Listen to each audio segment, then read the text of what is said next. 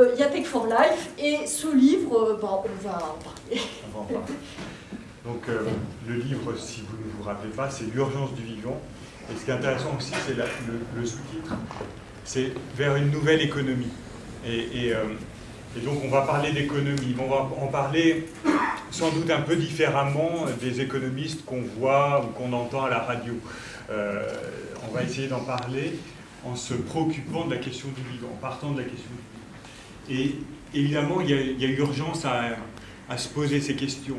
Et donc, on est dans l'urgence. Alors, on aurait voulu vous rappeler en virgule au départ la prise de position de Hulot quand il a démissionné, pas juste pour sa démission, mais parce qu'il a dit des choses à ce moment-là, en disant on fait des petits pas, et ces petits pas ne me paraissent plus adaptés à la situation dans laquelle on est. Il faut passer à autre chose.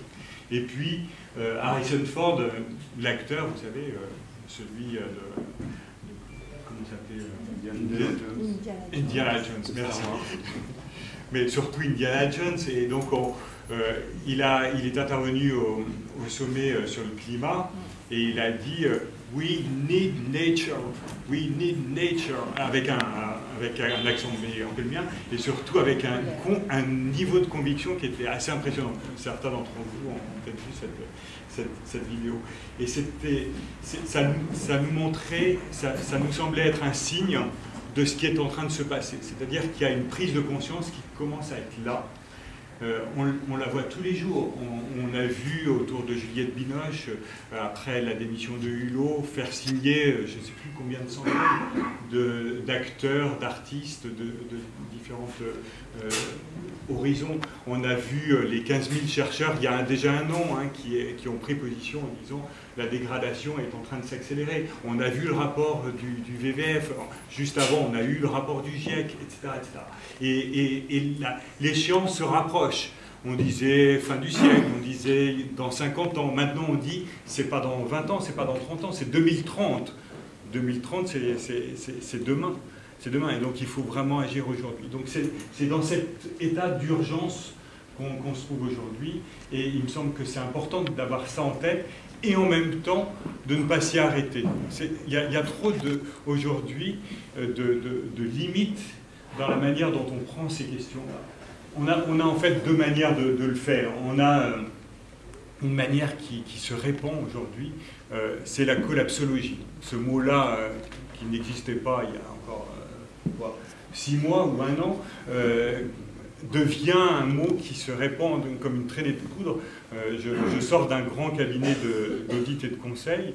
Les trentenaires avec lesquels je travaillais il y a encore 6 mois, ils sont tous en train de partir. Ils sont tous en train de rechercher sur la carte de France là où ils vont se réfugier face aux risques climatiques, aux risques nucléaires, etc. Je caricature, mais c'est impressionnant. Chez les trentenaires, il y a une prise de conscience, mais dans cette logique, tout va s'effondrer.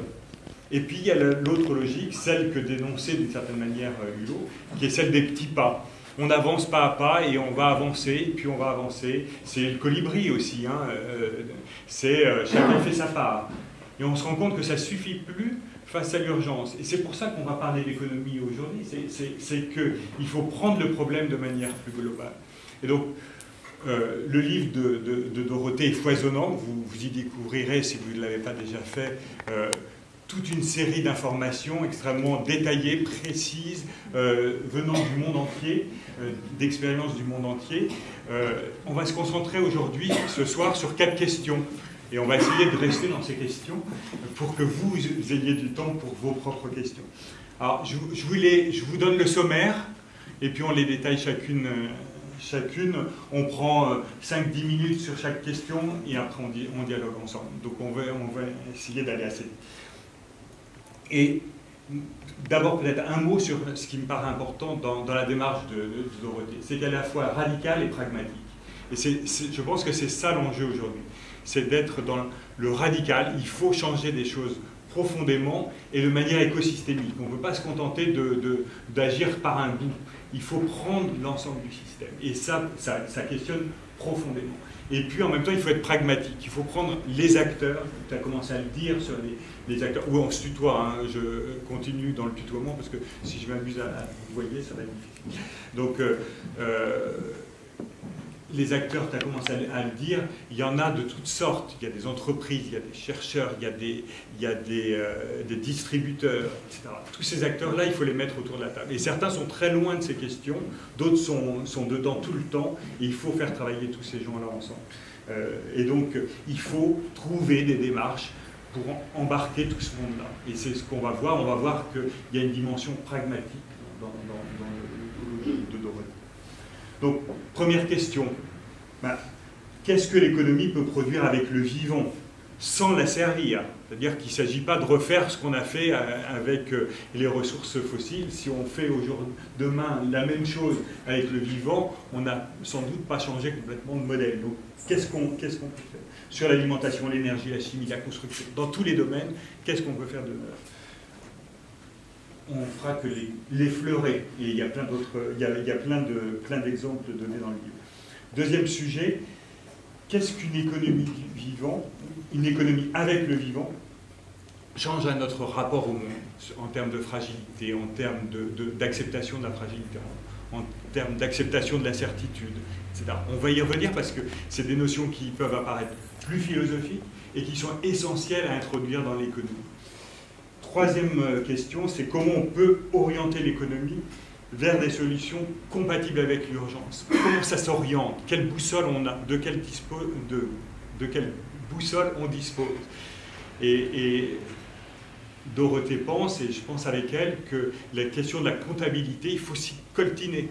Il y a à travailler sur ces outils-là et les transformer pour pouvoir voir ce qui compte vraiment pour nous et que ce soit embarqué dans le champ de l'économie. Et dernière question, pragmatiquement, comment on va s'emparer de ces questions-là, comment on fait dialoguer les différents acteurs, comment on amène ces transformations-là, et Dorothée a commencé à le dire, Tech for Life peut accompagner des forums de discussion multi-acteurs, on développera ce point. Voilà, les 4 questions. On prend la première.